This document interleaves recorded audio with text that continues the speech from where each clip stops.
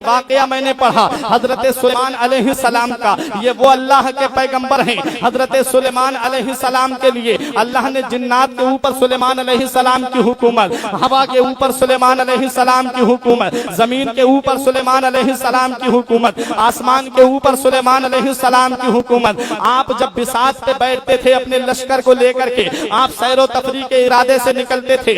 एक दिन आप जमीन और आसमान के बीच में सफर कर रहे थे। आपकी बिसात समंदर के ऊपर से गुजर रही थी। आपने समंदर में एक टीला देखा, आपने समंदर में एक उभरी हुई जगह देखी। जिन्नात को हुक्म दिया, जिन्नात ने समंदर में गोता लगाया और उसके अंदर से एक गोल कुब्बा निकाल करके लाते हैं, उसके अंदर से एक गुंबद निकाल करके लाते हैं, दूध से ज्यादा सफेद है, ला करके बाहर रख दिया जाता है। सुलेमान अलैहिस्सलाम उसके इर्द गिर्द घूमने लगते हैं, देखते हैं हैरत से ये कितनी खूबसूरत चीज है। सुलेमान अलैहिस्सलाम को अल्लाह ने वही भेजी, इरशाद फरमाया इसके अंदर जो चीज है उसे देखना चाहोगे? अर्ज किया हाँ मेरे मौला मैं देखना चाहूंगा। वो गुंबद एक साइड से खुल जाता है, जब खुला तो उसमें एक नौजवान निकलता है। सुलेमान अलैहिस्सलाम ने जब उस नौजवान को देखा, आपने इरशाद फरमाया तू यहाँ क्या कर रहा है? उसने कहा मैं अल्लाह की इबादत कर रहा हूँ, मैं इसमें अपने रब को याद कर रहा हूँ। सुलेमान अलैहिस्सलाम फरमाते हैं जरा ये तो बता, तू दुनिया वमा फीहा से बेनियाज होकर के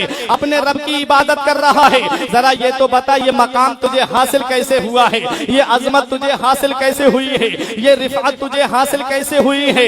तो वो कहता है ये मकाम मुझे क्यों हासिल हुआ है वो मैं तुम्हें बताता हूँ। मेरी एक बूढ़ी माँ थी और वो मेरी माँ चल नहीं पाती थी, मैं उसे अपने कांधे पे बिठा करके उसे लेकर के गली गली फिरा करता था। मेरी माँ को भूख लगती अपने हाथों से खिलाता, मेरी माँ को प्यास लगती मैं अपने हाथों से पानी पिलाता। सुलेमान अलैहिस्सलाम से वो नौजवान कहता है जब मेरी बूढ़ी माँ का इंतकाल होने वाला था, मेरी माँ ने दुआ की मेरे परवरदिगार मेरे बेटे को वो मकाम दे दे, मौला मेरे बेटे को वो मंजिल अता फरमा दे जो ना जमीन में हो जो ना आसमान में हो। सुलेमान अलैहिस्सलाम से वो नौजवान कहता है कि मैं समंदर के किनारे टहल रहा था, मैंने इस खूबसूरत पत्थर को देखा, जब मैं इसके अंदर गया ये बंद हो गया, अब मुझे नहीं पता कि मैं जमीन पे हूँ कि मैं आसमान पे हूँ या बीच में हूँ। सुलेमान अलैहिस्सलाम फरमाते हैं ये तुझे कैसे पता चलता है कि दिन निकल आया, ये तुझे कैसे पता चलता है कि रात हो गई? तब उस नौजवान ने कहा था कि जब ये गुंबद सफेद हो जाता है मैं समझ जाता हूँ कि दिन निकल आया है,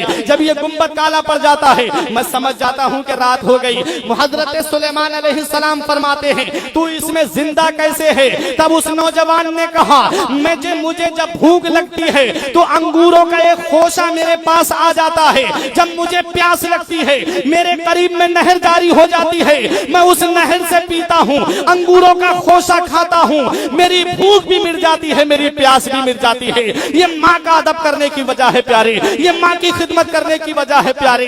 देखो कितना बड़ा मकाम मिला, और जिसने माँ की तौहीन की, जिसने माँ को सताया उसका हाल भी सुन लो प्यारे, उसका अंजाम भी सुन लो प्यारे। इसी किताबुल कलयूबी में लिखा है एक कौम एक गांव के करीब से गुजर रही थी, इन्होंने गधे के रेंकने की आवाज सुनी, एक मुसाफिर खाने में इन्होंने पड़ाव डाला, रात भर गधे के रेंकने की आवाज सुनते रहे। ये कौम वाले जब सुबह को पूछा कि ये गधे के रेंकने की आवाज कहाँ से आ रही थी, यहाँ कोई आवाज देने वाला तो नहीं था, हमें गधा भी नजर नहीं आ रहा है। कहा इस बूढ़ी औरत से पूछ लो। एक बूढ़ी औरत से पूछा प्यारे हजरात बहुत गौर से सुनिए, इस्लाहे मुआशरा कॉन्फ्रेंस के हवाले से मैं बोल रहा हूँ। उवैसे करनी के जश्न में आप आए हो, उवैसे करनी ने माँ का कैसे अदब किया है वो बताना चाहता हूँ। देखो माँ का मकाम क्या होता है। उस कौम ने उस बूढ़ी औरत से पूछा हम यहाँ रात भर गधे के रेंकने की आवाज सुनते रहे लेकिन हमें कोई गधा नजर नहीं आया। उस बूढ़ी औरत ने कहा ये कब्र भी जो सामने देख रहे हो इसे खोल करके देख लो। उन्होंने जब कब्र को खोला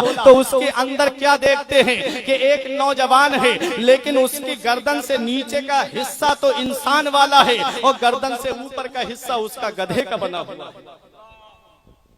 गौर करो ये ऐसा हुआ क्यों? जब देखा कि गर्दन से नीचे का हिस्सा इंसानों वाला, गर्दन से ऊपर का हिस्सा गधे का, तो कहा वजह क्या है? तब उस बूढ़ी औरत ने कहा कि ये मेरा बेटा जब भी मुझे बुलाता था तो गधी कहता था, जब भी मेरा बेटा मुझे पुकारता एक गधी इधर आ, एक गधी पानी लाके दे, एक गधी खाना लाके दे, वो बूढ़ी औरत कहती है मैंने अपने हाथों को रब की बारगाह में बुलंद किया, ए मेरे परवरदिगार, ये मेरा बेटा मुझे जिस नाम से पुकारता है मौला इसे तू इसी तरह का अजाब दे दे। नबी इरशाद फरमाते हैं माँ अगर 100 बद्दुआएं करे तो अल्लाह 99 रद्द फरमा देता है, एक कबूल फरमाता है। और माँ 100 दुआएं करे तो अल्लाह ताला 99 कबूल फरमा लेता है, एक रद्द फरमा देता है।